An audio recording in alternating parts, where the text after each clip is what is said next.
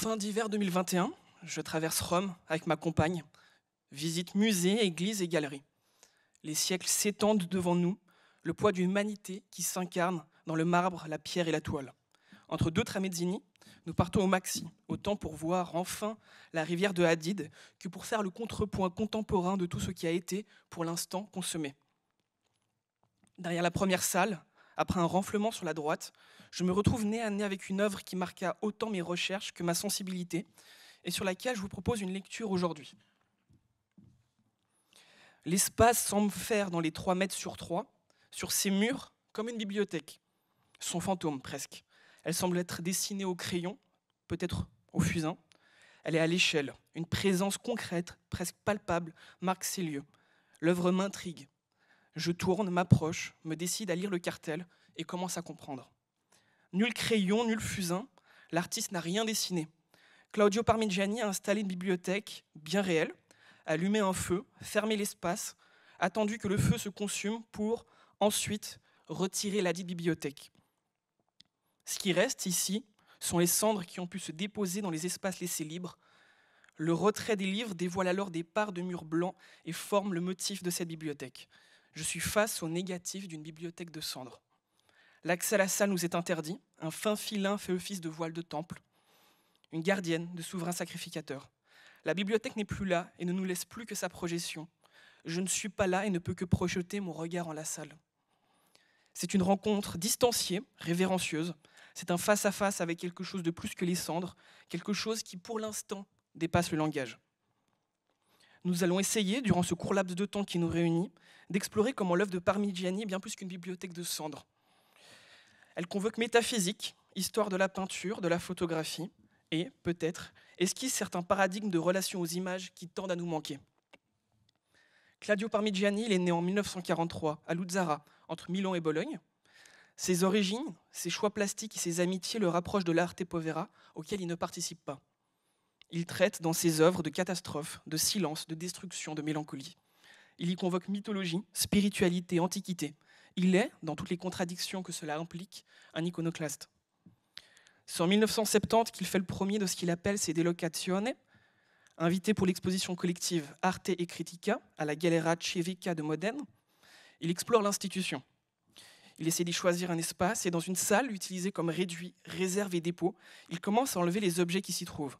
La poussière s'était accumulée au fil du temps et le retrait de chaque objet laisse apparaître son ombre, son reflet, sa trace, son vestige, son négatif. Il fixe donc le procédé. Il allume un feu dans l'espace clos. Le feu est nourri de pneus et d'huile pour que la fumée soit grasse, noire. Il a, au préalable, posé un sujet face à une surface plane. Un vase, un crâne, un corps. Face au mur, la planche, la toile. La suie ne juge pas, ne distingue pas. Comme la lumière, elle part de sa source pour s'étendre sur sa surface. Une moitié du sujet est face au feu et devient donc noire de suie. L'autre moitié du sujet est face au mur, intacte, tout comme la part de mur protégée par cette ombre. Déplacer le sujet dévoile l'image. Les Delocazioni sont le pendant incandescent de nos photographes. À l'intérieur donc de cette démarche, il convoque le motif de la bibliothèque. Dans plusieurs occurrences, à Montpellier, lors de travaux du musée Fabre, au Collège des Bernardins, ensuite, ou pour notre sujet d'étude, à Rome. Notre bibliothèque de cendres est donc un négatif. Je ne regarde pas une bibliothèque, je regarde ses blancs, ses creux, ses plis, ses vides, tous ces espaces qui furent libres, pour que la suie s'y glisse et crée in fine, une fois le déplacement opéré, une image. Les interprétations et lectures qui ont été faites de cette bibliothèque lui offrent une grande mélancolie. Je pense qu'elles ont raison. La mélancolie, je rappelle, c'est l'espoir vain de retrouver une rive que nous n'avons jamais connue ou que nous ne retrouverons plus. La bibliothèque originelle, concrète, matérielle, que Parmigiani a utilisée n'est plus. C'est là le déplacement de ces Delocazioni. La bibliothèque a été, la trace qu'elle a laissée, iconique, n'est que son vestige. Le vestigium de vestigare, c'est la piste, la trace. Et cette cendre même, comme motif et moyen, c'est la consommation, le consommer, la destruction et la mélancolie. Pensons d'abord au mercredi des cendres, ce jour de pénitence dans le catholicisme, où les buis des rameaux de l'année précédente sont brûlés, puis imposés par l'officiant sur les fronts des ouailles, accompagnés en latin du fameux « Homme, souviens-toi que tu es poussière et que tu retourneras en poussière ». Poussière, le pulvis latin vient comme le reste de la locution de Genèse 3, verset 19, réponse divine au péché originel. L'original hébreu, c'est afar. Terre sèche, poussière, poudre, cendre, terre, sol, mortier, rebut. Sa racine primaire conserve une idée de pulvériser autant que d'être gris. Le canon biblique continue, Job 42,6. C'est pourquoi je me condamne et je reconnais mes torts sur la poussière et sur la cendre. Je vous épargne ici les 88 autres occurrences. Prenons l'Iliade ailleurs. Les cendres ici sont symboliques tout autant de deuil et de pénitence. Au chant 18, un sombre nuage de douleur enveloppa Achille. Prenant alors de ses deux mains la poussière broyée de son foyer, il la versa sur sa tête et déshonora son visage charmant. La cendre noire s'étala sur sa divine tunique et lui-même, grand corps étendu sur un grand espace, gisait dans la poussière et déshonorait, en l'arrachant de ses mains, sa chevelure. Il y a une mélancolie claire dans tous ces livres passés, lus, consommés et convoqués par l'œuvre. L'image est un négatif. Je ne lis pas les livres. Je lis leurs ombres, leurs vides. L'image est un moulin creux, invisible, dans lequel je peux me glisser. Si je me place face à cette œuvre avec mon passé, mon vécu, mes aspirations et mes souvenirs, je projette alors sur l'œuvre et ses espaces blancs, laissés libres, non pas la bibliothèque et les titres que l'auteur a utilisés, mais cette bibliothèque, ces bibliothèques qui furent miennes. Je projette la bibliothèque d'abord de mes parents, blanche, segmentée, où adolescent je lis mes premiers livres sur la photographie, la typographie, où j'ouvre pour la première fois une chouraki. Je projette mes mêmes pages qui dorment sur ma table de chevet lorsque je déménage au fond de la Requête en première année, lorsque le temps qui reste d'Agamben les rejoint et que je réalise pour la première fois que ces lectures font penser et peuvent peut-être devenir recherche. Je projette la bibliothèque bien réelle qui m'attend alors que je suis face à Rome, chez moi, pas très fière. Elle a la fusion de celle que j'eus, celle de l'aimé, celle de l'aigle parental, la structure qui la porte, ou plutôt la supporte. Elle a perdu depuis des lustres le souvenir de son premier propriétaire. Elle déborde et les piles d'ouvrages s'entassent aux alentours. J'en ai gonflé les rayons, ils arquent et ploient sous ces pages entassées en trop peu d'espace. J'aspire à celle glorieuse quand j'ai envie de faire trôner à la place de celle-ci, déjà morte. Tout ce que je fais, dans le fond, c'est projeter des livres que j'ai lus, là où il n'y a en réalité qu'un mur. Car c'est de cela dont il est question. Tout comme le film analogique, la lumière va brûler le bromure d'argent, rendre blanc le noir et noir le blanc. Ici aussi, tout est négatif. Les cendres n'ont rempli que les espaces laissés vides.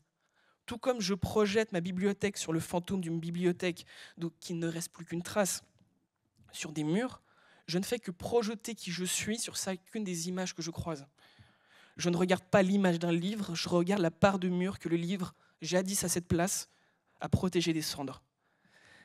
Il y a une mélancolie dans la spectralité même de l'œuvre. Je renvoie au tout le travail de Jean-Baptiste Carebelante sur l'image spectrale. Le passé est déjà une attente dans notre demeure pour nous demander des comptes. L'image est notre perte, car toute image appartient au passé. L'image est notre perte. La hantise, c'est le Heim, le habité du vieux norrois. Nous pouvons ici littéralement habiter l'image, y entrer, y sortir en puissance. Il y a une mélancolie jusqu'au récit de Pline l'Ancien, dans la création même de la peinture convoquée par Parmigiani. La jeune Callirhoé, fille de potier, est amoureuse. Lorsque son compagnon doit partir, elle le place entre un mur et une source lumineuse et dessine sur ce même mur l'ombre projetée, figeant l'image de l'aimé et entamant, selon le mythe, le début de l'iconicité. Les images que produisent les Delocazioni de Parmigiani impliquent la mort et la destruction du prototype duquel elles découlent. Le feu et le livre ne font pas bon ménage. Dans le dystopique Fahrenheit 451, le titre vient de la température où le papier se consume. Pour nous, ce serait 232,8 degrés Celsius. La société, elle interdit toute lecture. Elle la remplace par des écrans. Les pompiers, ici, ils sont chargés d'immoler toute possibilité de page imprimée. Feu et livre convoquent les pires référentiels de l'histoire, avec les autodafés du Troisième Reich et ceux qui suivront. Autodafé, c'était les condamnations de l'Inquisition. Auto dei faits en portugais, du Actus Fidei, latin, acte de foi. Sont brûlés des Brecht, Döblin, Freud, Mann, Marx, Lamartine, Rousseau, Voltaire et bien d'autres. Là où on brûle des livres, on finit aussi par brûler des hommes. Plus contemporains, pensons un instant aux près de 5000 titres interdits dans les écoles de l'autre côté de l'Atlantique. Toutes les minorités y passent, toute idée d'altérité. Toni Morrison, première afro-américaine prix Nobel de littérature, Maus 1984, La Servante écarlate, Fahrenheit 451, encore dans tout le cynisme que cela implique, jusqu'au journal de Anne Frank. Dans un autre registre, dans une autre convocation, Parmigiani, il parle dans son œuvre d'un second référentiel. Il explique, et je cite, « Les matériaux pour réaliser ces espaces, poussière, suie, fumée, contribuait à créer le climat d'un lieu abandonné par les hommes, que les ombres des choses, presque des ectoplasmes de formes disparues évanouies, comme les ombres de corps humains vaporisés sur les murs d'Hiroshima. La référence martiale de Parmigiani est loin d'être anodine. Little Boy a été l'apothéose de la destruction humaine, et lorsque le Japon a capitulé, qu'il est venu le temps de constater l'absurdité des dégâts, il n'y avait aucun cadavre à l'horizon. L'intensité du souffle atomique était telle que les corps furent soufflés, ne laissant que leurs ombres face au mur, autant d'images lugubres de nos hubris.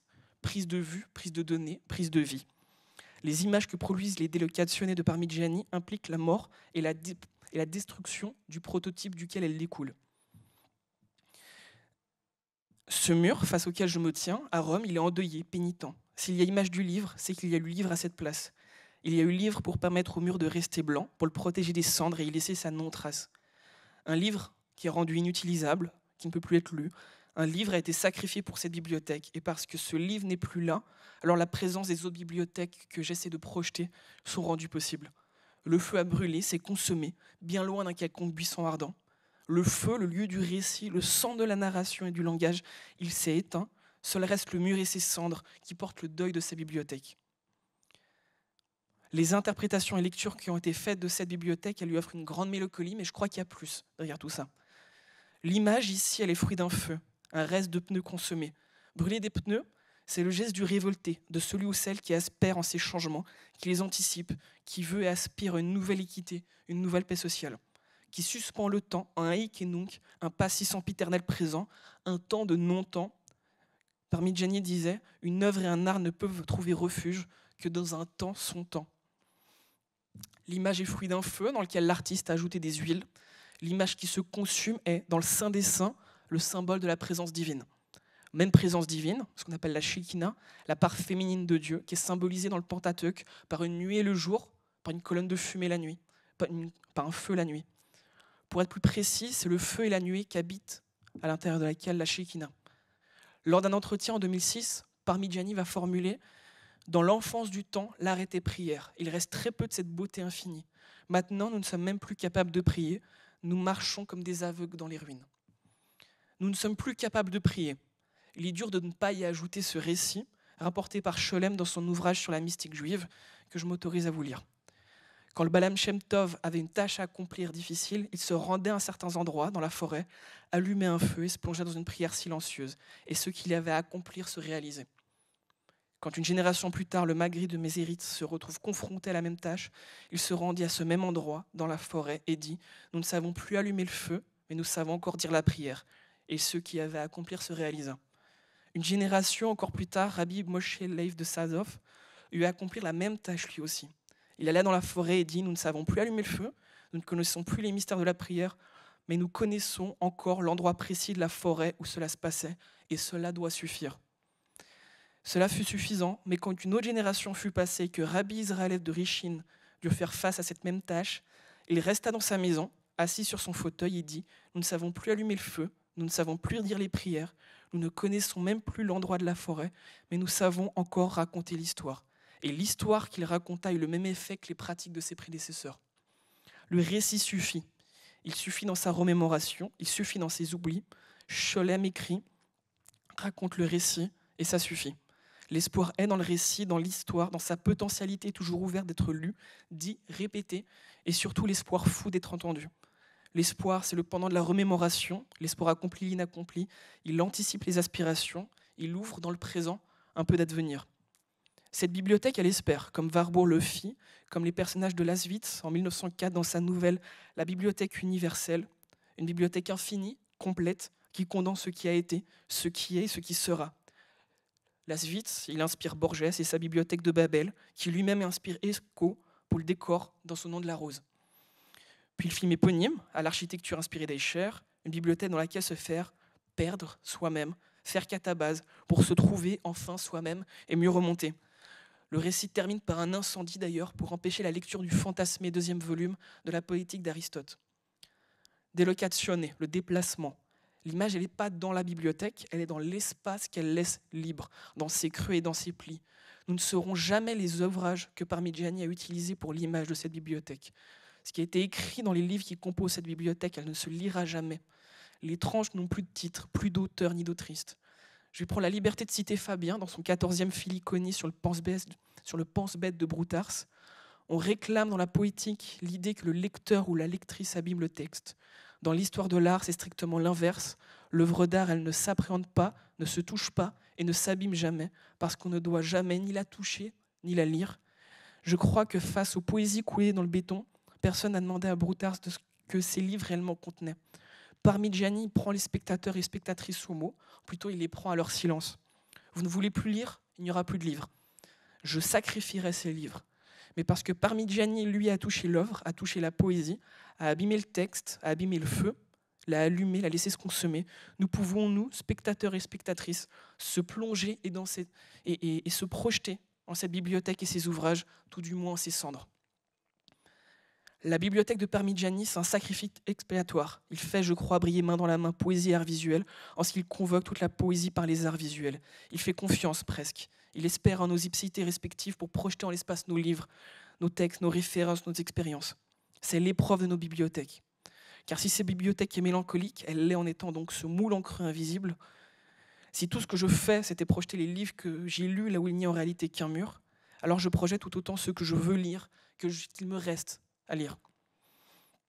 Face à cette bibliothèque, à Rome, je projette une bibliothèque qui suivra, qui enfin recevra fièrement les tomes qui la composent, celle où je peux enfin faire du lien, m'épanouir dans mes recherches et construire en pensée. Je projette celle, toujours dans des cartons, dans le sous-sol de mes beaux-parents, indexée tant bien que mal depuis mon déménagement.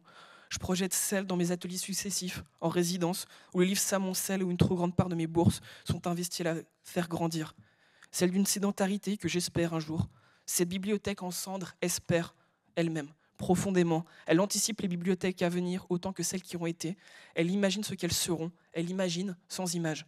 Et c'est là, je crois, la réponse à la mélancolie, à la hantise que propose Parmigiani. Par l'espoir, par le négatif, par une double négation, refuser l'attribut du spectre, réouvrir les possibles, regarder le présent, imaginer sans image, faire de la place et créer un nouvel espace qui permet le soin et la prise de soin. Delocazione, l'italien pour déplacer, c'est ce geste que l'artiste a fait en 1970 à la Galleria Civica de Modène, dans son dépôt empoussiéré. Espérer, c'est 2 fois nier, c'est faire de la place. Je convoquerai encore Fahrenheit 451. Non, non, ce sont nullement les livres que vous recherchez. Cela, prenez-le où vous le pouvez le trouver, dans les vieux disques, les vieux films, les vieux amis. Cherchez-le dans la nature et en vous-même. Les livres n'étaient qu'un des nombreux types de réceptacles destinés à conserver ce que nous avions peur d'oublier. Ils n'ont nullement quelque chose de magique. Il n'y a de magie que dans ce qu'ils disent, dans la façon dont ils cousent les pièces et les morceaux de l'univers pour nous en faire un vêtement. La bibliothèque, comme l'a souligné Borges, c'est un modèle de l'univers. À Rome, face à ces murs, derrière mon filin, je me projette en ces cendres, en cette bibliothèque, en ces bibliothèques. Elle est la bibliothèque perdue, elle est la bibliothèque à venir. Elle est toutes les bibliothèques, comme elle n'est plus une bibliothèque. Ce n'est plus que cendres, vestiges et ombres.